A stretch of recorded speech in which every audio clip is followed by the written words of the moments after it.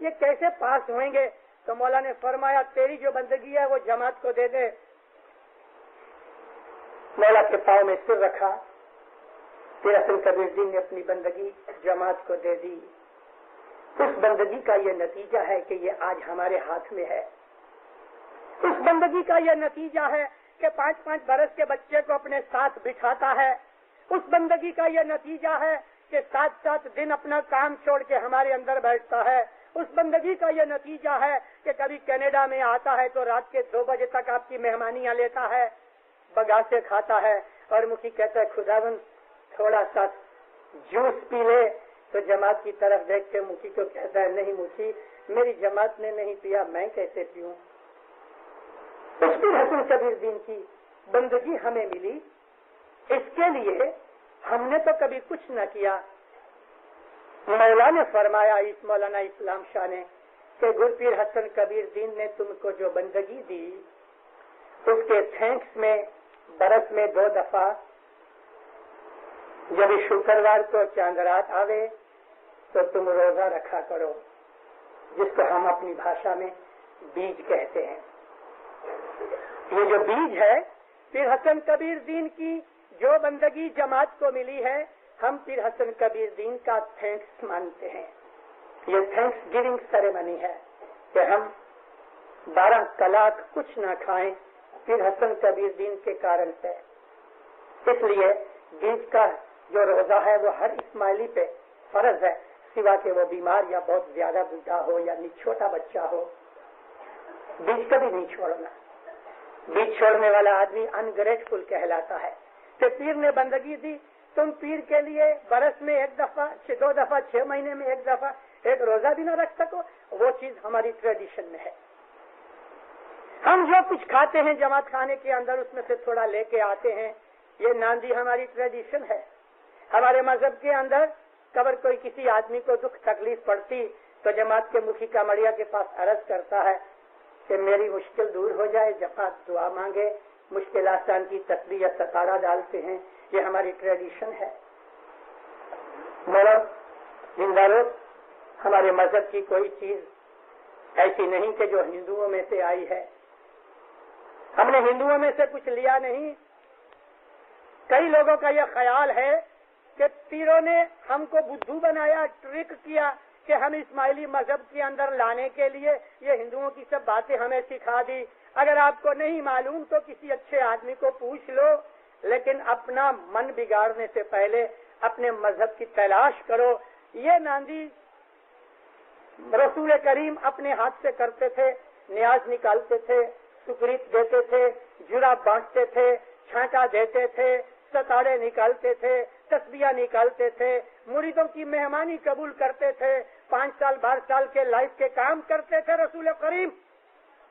ہمارے مذہب کی کوئی چیز ایسی نہیں کہ ہم نے ہندوؤں سے لی۔ ہمارے جو پیر تھے وہ آل رسول تھے، ہمارے جو پیر تھے وہ مولا کے گھر کے غلام تھے، مگر مولا کی فیملی میں سے پیدا ہوئے تھے، اماموں کے بیٹے تھے وہ لوگ، کوئی مریدوں میں سے جاگے نہیں ہوئے تھے، وہ کسی سادھو پنڈت میں سے کنورٹ ہو کے اسماعیلی نہیں بنے تھے، آل رسول تھے، رسول اللہ کی اولاد تھے۔ کئی پیر تو پہلے پیر بنے پھر امام بنے، ایسے ہمارے بہت سے امام ہیں کہ اپنے باپ کی امامت کے اندر وہ پیر تھے، جب ان کو امامت ملی تو انہوں نے اپنے بیٹے یا بھائی کو پیری جمع دے دیا۔ ہمارے مذہب میں کوئی ہندو پن نہیں، ہمارے مذہب کی جو ٹریڈیشنز ہیں وہ رسول اللہ کے پہلے بھی چلی آتی تھیں۔ ہمارا مذہب رسول اللہ سے نہیں چلا، ہمارا مذہب شاہ اسماعیل سے نہیں چلا، ہمارا مذہب جو تھا وہ نبی کریم سے بھی پہلے تھا، عیسیٰ نبی سے بھی پہلے تھا، موسیٰ نبی سے بھی پہلے تھا۔ جب دنیا بنی اسماعیلی مذہب ساتھ آیا۔ کس طرح ساتھ آیا؟ حضرت امام کی تابع داری کا نام اسماعیلی مذہب ہے۔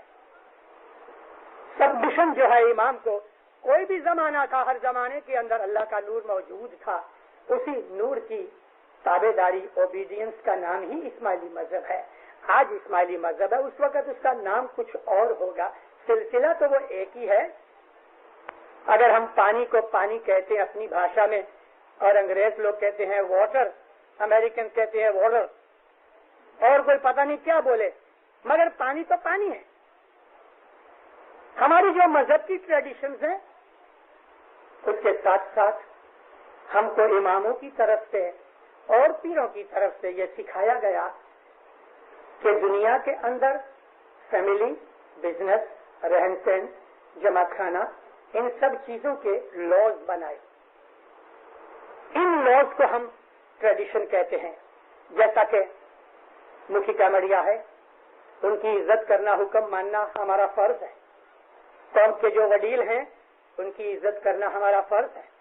ایسا ہی اپنے گھر کے اندر مات پتا کا مان رکھنا، ان کا حکم ماننا، سیوا کرنی ہمارا فرض ہے، ہماری ٹریڈیشن ہے۔ ماما، چاچا، پھوا، جو کوئی بھی ہمارے بزرگ رشتہ دار ہیں ان کی عزت، رسپیکٹ ہماری ٹریڈیشن ہے، ہمارا فرض ہے۔ ہمارے مذہب کے اندر اس چیز کو بہت برا منایا گیا، بہت برا منایا گیا کہ جو آدمی اپنے وڈیلوں کی ڈس رسپیکٹ کرتا ہے، خاص طور سے مات پتا کی۔ میں ہر جگہ جدھر جدھر گیا ہوں، بڑے بڑے شہروں میں جماعت کو یہ چیز بولتا آیا ہوں کہ ہمارے مذہب کے اندر 6 پرکار کے ایسے لوگ ہیں۔ یہ ایک ہی چیز ہے جو میں بہت ریپیٹ کرتا ہوں تاکہ لوگوں کو یاد رہے۔ ایک جگہ شاید کسی نے میری آواز نہیں سنی، دوسری جگہ سن لے گا۔ شاہ پیر کے فرمانوں میں سے، گنانوں میں سے میں آپ کو یہ چیز سنا رہا ہوں۔ 6 پرکار کے لوگ ہیں کہ ان کی تمام عبادت رد ہو جائے گی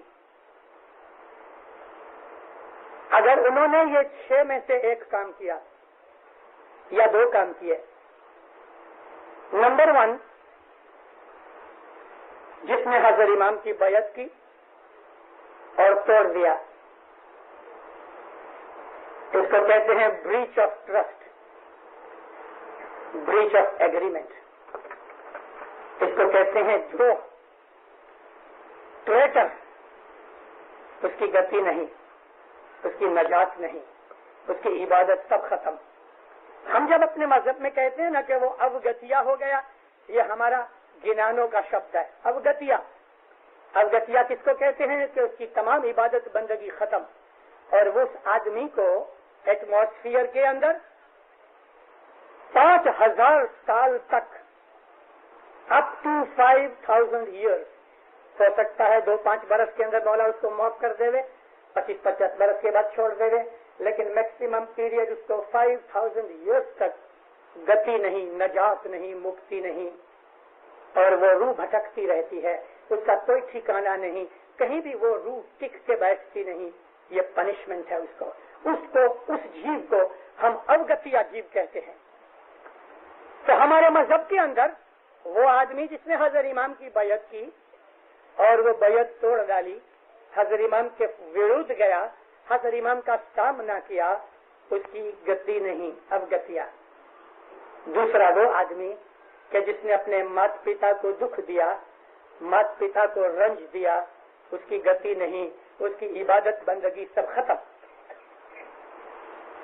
آج کے زمانے کے اندر اسپیشلی جو ویسٹرن کنٹریز ہیں ان کے اندر یہ سڑا بہت ہے، مات پتا کو کوئی نہیں پوچھتا، بڈھوں کی کوئی درکار نہیں کرتا، بیچارے بیٹھے ہوتے ہیں، کوئی پنجرا تول میں چلا جاتا ہے، کوئی بھی سینئر سٹیزن کے نام بڑا ہو گیا سینئر سٹیزن، مگر ٹریٹمنٹ تو جونیئر جیسی بھی نہیں ہوتی بیچاروں کی، کبھی گھر والوں نے ہی نکال دیا۔ لعنت ہے اس آدمی کے اوپر، اللہ کی لعنت، تف ہے اور حیف ہے، اس کی زندگی کس کام کی؟ کہ کتے بلے بھی انسان اگر پالتا ہے تو اس کو روز گوشت کھلاتا ہے، لیکن مات پتا جس نے جنم دیا اس کو چھوڑ دینا۔ قرآن شریف میں 3 ٹھکانے اس بات کے لیے فرمان کیا گیا ہے کہ تم سے تمہارے والدین کا حساب مانگا جائے گا، تمہارے مات پتا کی بابت میں اللہ تمہارے سے حساب لے گا۔ اللہ نے ایک جگہ کہا ہے کہ جب تمہارے مات پتا بوڑھے ہو جائیں ان کی سیوا کرو، ان کے سامنے اونچی آواز سے بھی مت بولو، یعنی وہ بھی بے ادبی قرار دی گئی، آہستہ سے بولو، نرمی سے بولو، ماں باپا ان کے ساتھ لڑائی مت کرو۔ ہمارے اسماعیلی مذہب کی یہ ایک ٹریڈیشن ہے کہ ہم خود دکھ اٹھا کے بھی اپنے مات پتا کو سکھی کرتے ہیں۔ یہ ہماری ٹریڈیشن ہے. اس لیے امام بار بار ہر روز کہتا آیا کہ تم اپنی ٹریڈیشنز کو, ایک دفعہ تو ایسٹرن ٹریڈیشن کا نام دیا, چھوڑنا مت. یہ ہماری ٹریڈیشن ہے. کینیڈین امریکن کی ٹریڈیشن ہم نہیں مانتے, ویسٹرن کنٹریز کی ٹریڈیشن ہمیں قبول نہیں. ہم اس ملک کے اندر اپنی ٹریڈیشن پالنے کے لیے بیٹھے ہوئے ہیں, اور حضرت امام نے فرمایا کوئی تمہاری طرف انگلی نہیں کرے گا, کوئی نہیں. مومنو, مجھے 61 برس ہوئے, میں 61 ایئر اولڈ ہوں, ساری دنیا گھوما ہوں, آپ جیسوں کی لاکھوں کی میری ملاقات ہے, ہر قوم کے اندر بھی میرا آنا جانا ہے. میں نے یونیورسٹیوں کالجوں کے اندر جا کے, مسجدوں اور مندروں میں جا کے بھی لیکچر دیے ہیں, چرچوں کے اندر بھی میں نے اسپیچز کی ہیں. میں نے بہت دنیا دیکھی. ایک چیز دیکھی کہ جس نے دنیا کے اندر مات پتا کو دکھ دیا وہ کبھی سکھی نہیں ہوا, کبھی نہیں ہوا. حضرت امام سلطان محمد شاہ صلوات اللہ علیہ کے حضور میں ایک آدمی نے مہمانی رکھی. عرض کرتا ہے خداوند میں بہت دکھی ہوں. کیا ہے؟ کہتے مولا 16 گھنٹے کام کرتا, بیل کی طرح کام کرتا ہوں, لیکن مولا روٹی آگے ہے میں پیچھے ہوں, ایک تک بھی پیٹ بھر کے کھانا نہیں ملتا.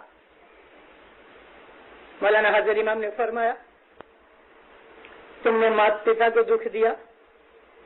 نیچی نظر کر کے کہتا ہے ہاں خداوند ماں کو بہت دکھ دیا, جاؤ معافی مانگو. کہا مولا وہ مر چکی ہے. حضرت امام نے ایسے ہاتھ کر کے کہا اب ہم کچھ نہیں کر سکتا. تب اٹھ کے چلا گیا. وہ زندگی بھر دکھی رہا. مات پتا کو ناراض کرنے والا, دکھ دینے والا کبھی سکھی نہیں ہوتا. ہماری ٹریڈیشن یہ ہے کہ مات پتا کو پہلے کھلاؤ بعد میں خود کھاؤ. ایک بوڑھا باپ ایک آدمی کے گھر کے اندر ایسا ہی بیٹھا تھا, بہو بھی ظالم تھی اور لڑکا بھی ظالم, بہو کے پیچھے لگ گیا. اس کی لڑکی اس کو ملنے گئی تو وہاں کچھ فروٹ پڑا تھا, ایک آدھ پلم کے کچھ ایسا کھانے کے لیے. لڑکی نے کہا باپا کھاؤ. کہتا نہیں, بہو ناراض ہوئے گی, اس کو پوچھے بغیر میں نہیں کھا سکتا. جس باپ کے گھر میں اس بچے نے کتنی چیزیں توڑ ڈالی, کتنے فرنیچر توڑے, نقصان کیے, آج اس باپ کو اس کے گھر میں ایک پلم یا ایپل کھانے کی رضا لینی پڑتی ہے. لعنت ہے ایسی زندگی پہ. ہمارا مذہب یہ نہیں, یہ ہماری ٹریڈیشن نہیں. اور یہاں کینیڈا کے اندر آ کے اس قسم کی باتیں بہت سنی, معلوم نہیں کتنی سچی کتنی جھوٹی.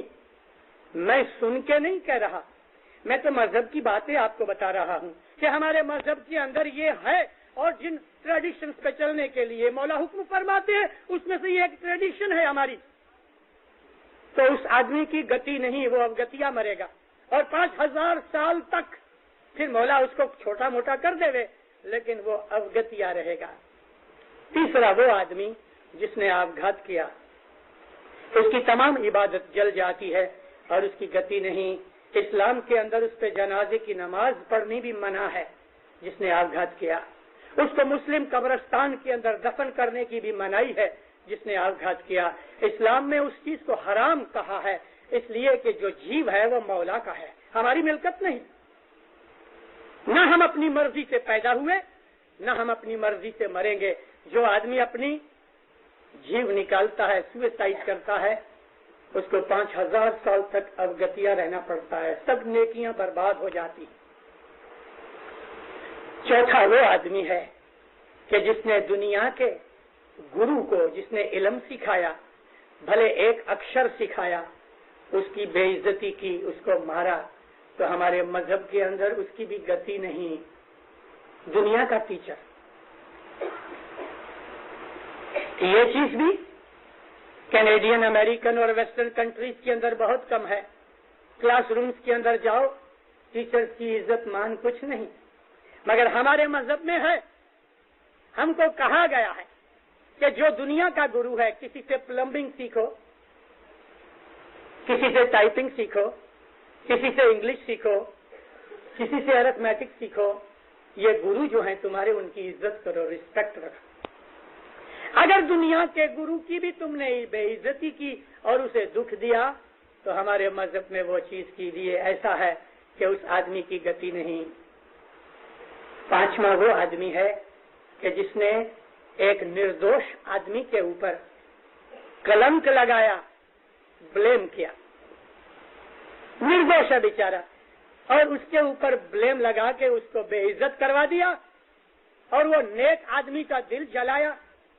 اس آدمی کی گتی نہیں جس نے یہ کام کیا۔ اور چھٹا وہ آدمی کہ جس نے کنیا کا ریپ کیا، اس کی گتی نہیں۔ یہ 6 پرکار کے آدمی ہیں ہمارے مذہب میں، اللہ میرے ان کی گتی نہیں۔ اس کے لیے ہمیں اپنے مذہب کو، اپنے مذہب کی کتابوں کو، اپنے مذہب کی ٹریڈیشنز کو دیکھنا ہے۔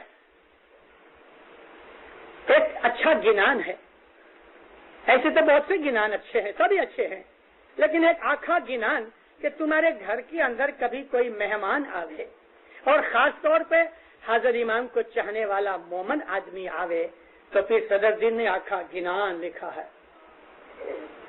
شام تنا ابھی آگت آوے ویرا،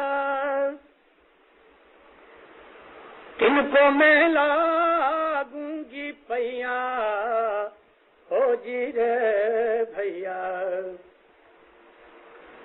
ہے کھیر نے کھانڈا گرت امرت بھوجن ویرا، سنت تنے مکھ دیا ہو جی رے بھیا۔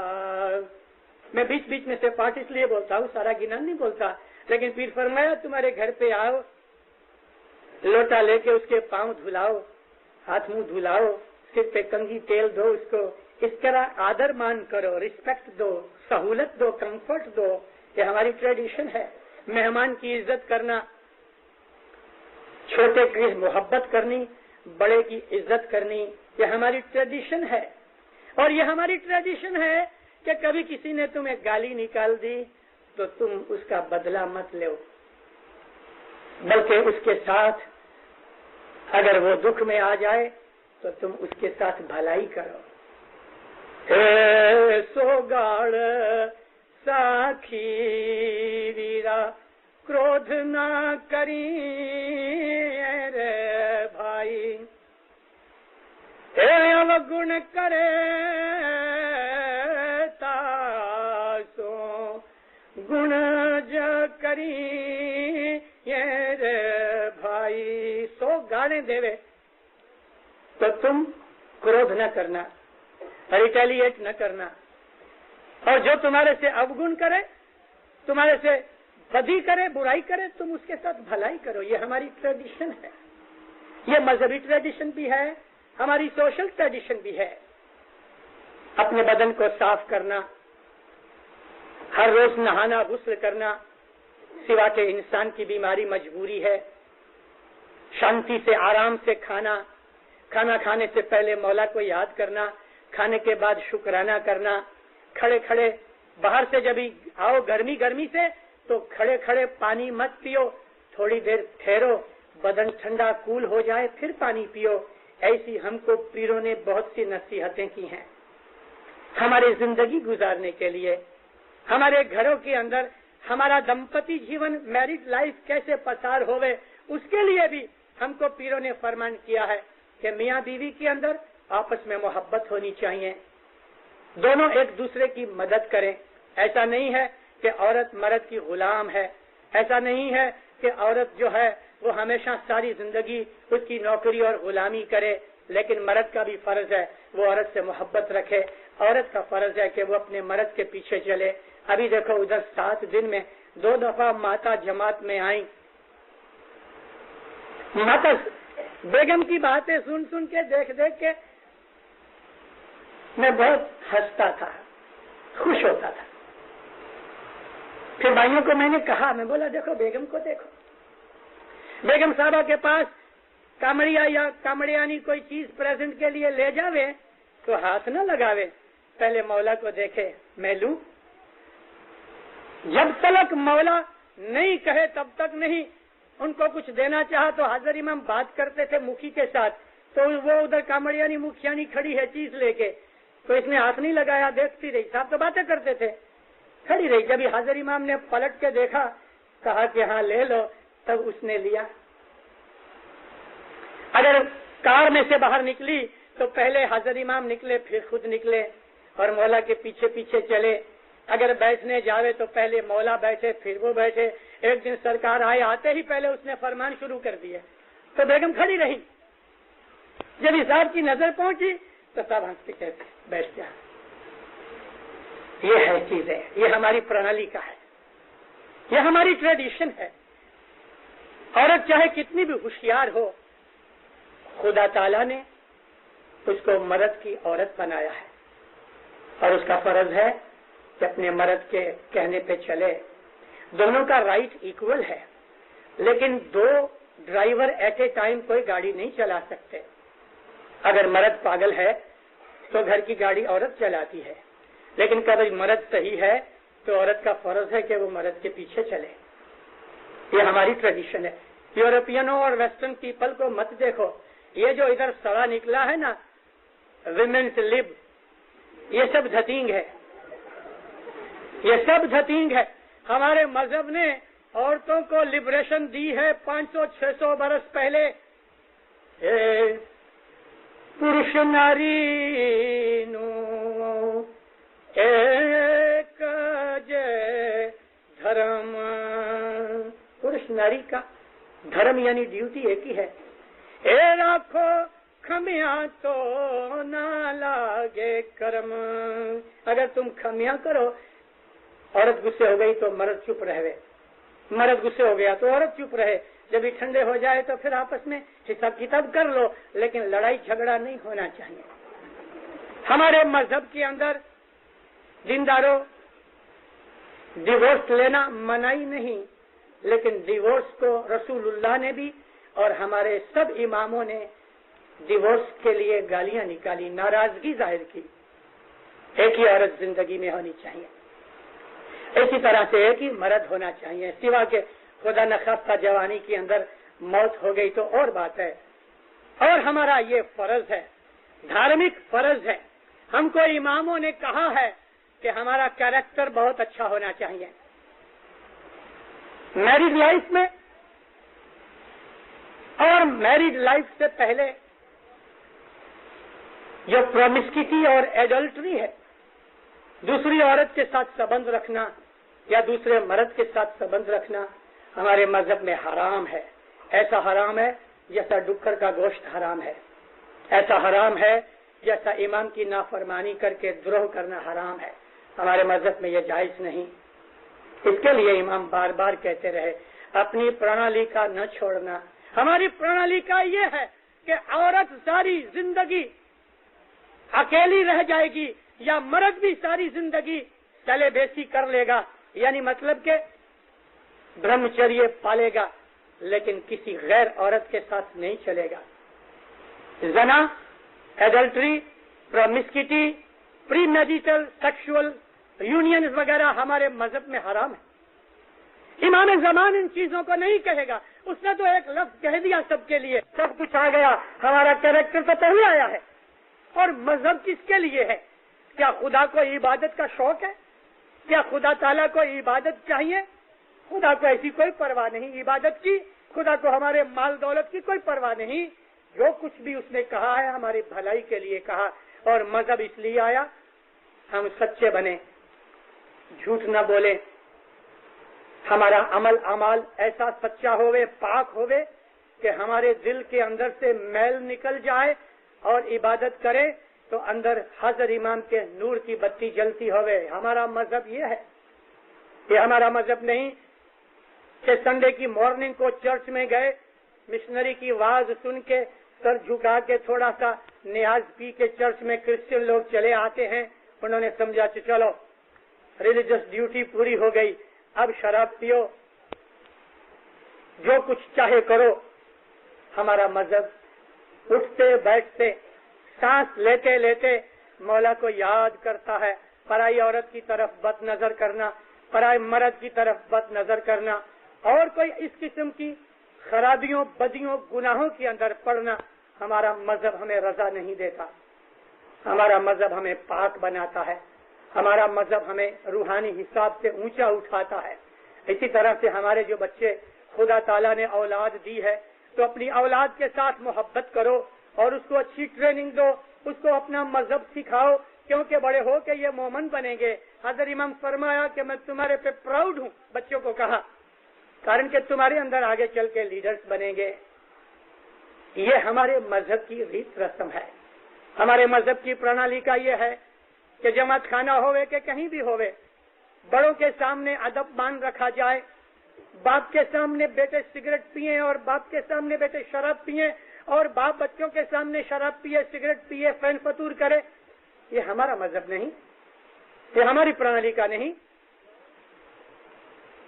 روز صبح اٹھ کے جس فیملی کے اندر نیاز پلایا جائے, اگر اس کی جگہ باپ ناشتے کے اندر تھوڑی سی بیئر پیے اور بچوں کو بھی 3-4 برس کے بچوں کو بھی پلاتا ہوئے, اس فیملی سے کیا امید ہو سکتی ہے؟ کچھ نہیں. امام زمان کے ان فرمانوں کے اندر کہ تم اپنے مذہب پہ مستقیم رہو, ان دیشوں کے اندر, ویسٹرن کنٹریز کے اندر آئے ہیں دینداروں, ہمیں ادھر کی خراب ہوا نہیں لگنی چاہیے. حضرت امام نے یہاں ہمیں کوئی مقصد سے بھیجا ہے. کینیڈا کے اندر اسپیشلی اور جنرلی ویسٹرن کنٹریز میں جو اسماعیلی لوگ آ کے بسے ہیں, میں آج سب جگہ بولتا آیا ہوں. کیوں بولتا ہوں میں اس کا ریزن نہیں کہہ سکتا, لیکن میں سب جگہ بولتا آیا ہوں. اللہ میرے ادھر جو آپ لوگ آئے ہو, ادھر جو جماعت اسٹیبلش ہوئی, کاؤنسلیں بنی, جماعتیں بنی, جماعت خانے بنے, ایسوسیشن بنی, دوسری سوسائٹیاں بنی, اور بھی کئی چیزیں بنیں گی, اس کا کوئی ریزن ہے, بہت بڑا ریزن ہے. میں نے کل کہا وہ ریزن آپ کو 20-25 برس کے بعد پتہ لگے گا. آپ سوچو کہ آپ کو کینیڈا کیوں بھیجا گیا. اور بھی بہت سے دنیا کے اندر دیش تھے, 25,000 آدمی کبھی ساتھ پاکستان میں ڈال دیتے تو کوئی بڑی بات نہیں تھی, ڈال سکتا تھا, پاکستان بہت بڑا ہے, 2-4 لاکھ آدمی آ سکتے ہیں. لیکن نارتھ امریکہ کیوں, اور اس میں خاص طور پہ کینیڈا. مومنو, آپ کو دنیا کے ان دوسرے دیشوں میں نے جن کا نام لیا حضرت امام کے فرمان سے, مولا فرمایا Afghanistan, Iran, Syria, Pakistan, Rwanda, India, ان دیشوں کے اوپر ہمارا کچھ حق اور فرض ہے. بھوش میں ہمیں بہت کچھ کام کرنے پڑے گے, ہمیں بہت سے کام کرنے پڑیں گے, اور وہ کام تبھی پورے ہو سکیں گے کہ اگر ہم اپنے مذہب پہ چلتے ہوئیں گے اور ہم کو اپنی پرانی ٹریڈیشنز کے اوپر فیملی لائف گزارنی ہوگی. ایک بڑی امپورٹنٹ چیز جو ہمارے اندر گھٹ رہی ہے ابھی, جو کہ بعض لوگ اس چیز کو سمجھ گئے ہیں, اور وہ ہے ہماری بھاشا. گجراتی نکل گئی, وہ اچھا نہیں ہوا. ایک جنریشن کی گیپ پڑ گئی. اپنے بچوں کے ساتھ گھر میں گجراتی کچھی بولو, ایسٹرن لینگویج بولو. باہر نکل کے وہ انگلش بولنے والا ہے ہی, کبھی انگلش نہیں بولے گا تو بھی سیکھے گا. اپنی زبان مت چھوڑو, اپنا مذہب اپنی زبان کے اندر رہنا چاہیے. اور اس کے لیے کہ ہماری جو کلچرل بیک گراؤنڈ ہے وہ کوئی بھی دنیا کی لینگویج کے ساتھ کنیکٹڈ ہے. اس کے لیے اپنی بھاشا جو ہے وہ ہماری ٹریڈیشنل چیز ہے, اس کو چھوڑنا نہیں چاہیے. تو دینداروں, یہ سب باتیں ہمارے لیے بہت امپورٹنٹ ہے. اس کی اور بھی بہت سی ڈیٹیلز ہیں. مولا آپ کو سکھی آباد کرے, ایمان کی سلامتی بخشے, نیک امید پوری کرے, ہر بلا دور کرے. مولا آپ کی جان مال میں برکت دے, آل اولاد میں برکت دے, روزی کمانی تندرستی زیادہ کرے. مولانا حضرت امام آپ کی عزت آبرو بڑھاوے, کٹم قبیلوں اور جملوں جماعتوں میں صلاح محبت دے. مولانا حضرت امام دین و دنیا کے اندر اپنی پناہ چھتر چھایا میں رکھے, اپنا فرمان بردار بنائے, ظاہر باطن دیدار عنایت کرے. ہے